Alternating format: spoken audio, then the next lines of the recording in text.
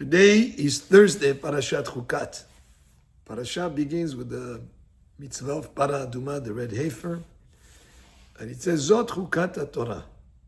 Now, there are certain mitzvot that we understand logically, like to honor your father and mother is something that is logical. Of course, you owe them a debt of gratitude for all they've done for you. There are other mitzvot that are also very easy to understand or to have arrived to that conclusion on our own, like do not steal. Those are called mishpatim. But there are certain laws of the Torah that are called chukim. A chok is an ordinance, a decree, a statute, something that doesn't have an explanation, something that is a decree from Hashem. It's a chok. Chukah is such an example. And para aduma is definitely an example of something that we don't have really an understanding for, which means, how do you take these ashes of this red heifer that has been burnt and you sprinkle them, you mix it with spring water and you sprinkle it on someone who became ritually impure by going to a cemetery or coming in contact with a corpse, and by sprinkling on him this water with the ashes of para aduma, on the third day and the seventh day, he becomes ritually pure. And not just that, the person who sprinkled on him, he was pure before, and after he sprinkles, he becomes impure. Things that are not necessarily understandably make sense, in terms of logical. That's why even Shlomo HaMelech said, "Ehkema ve'i rechoka mimeni." Even though he was the wisest of all men, he was wise. This para aduma, this red heifer, is something that is very far away from my understanding. But yet, the beginning of the parasha doesn't say Zot Chukat Hatorah. This is the chok of the para, which is hard to understand.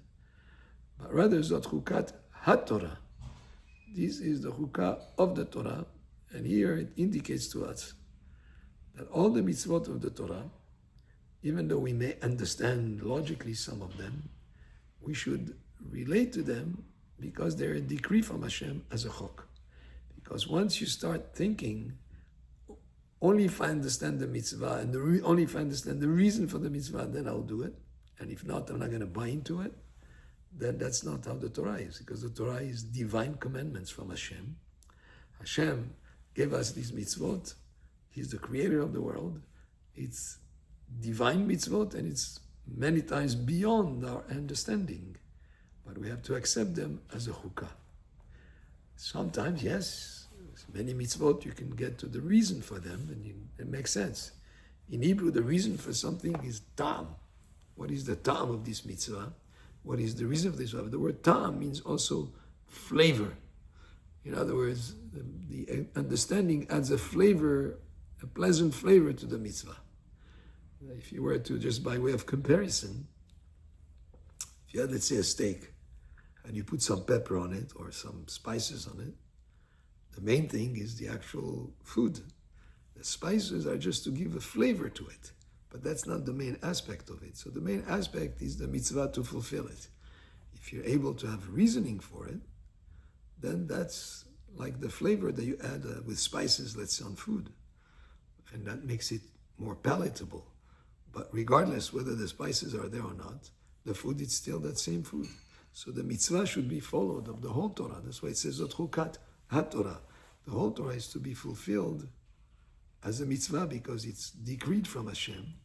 If we find a reasoning for it, it's like a little extra flavor on that mitzvah.